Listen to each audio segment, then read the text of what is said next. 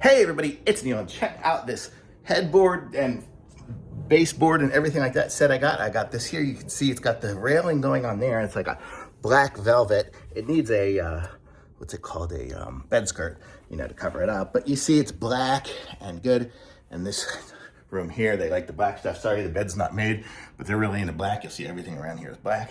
So it's got the black headboard, and hopefully you can see the pattern on the headboard here. It's got a nice little pattern to it, so it looks cool, and it's velvety and feels nice. And so it's a nice headboard, super easy to set up. That's kind of why I left it apart here, but you can see it's just got easy screws down there, and everything just kind of slides into place. The headboard's adjustable height. I have it at the highest point right here because we have a high bed. It also comes with the rails that go across, so you don't even need a bed frame. This one here is one of those weird adjustable ones, so it just kind of goes around it, but fits perfectly, so it's awesome.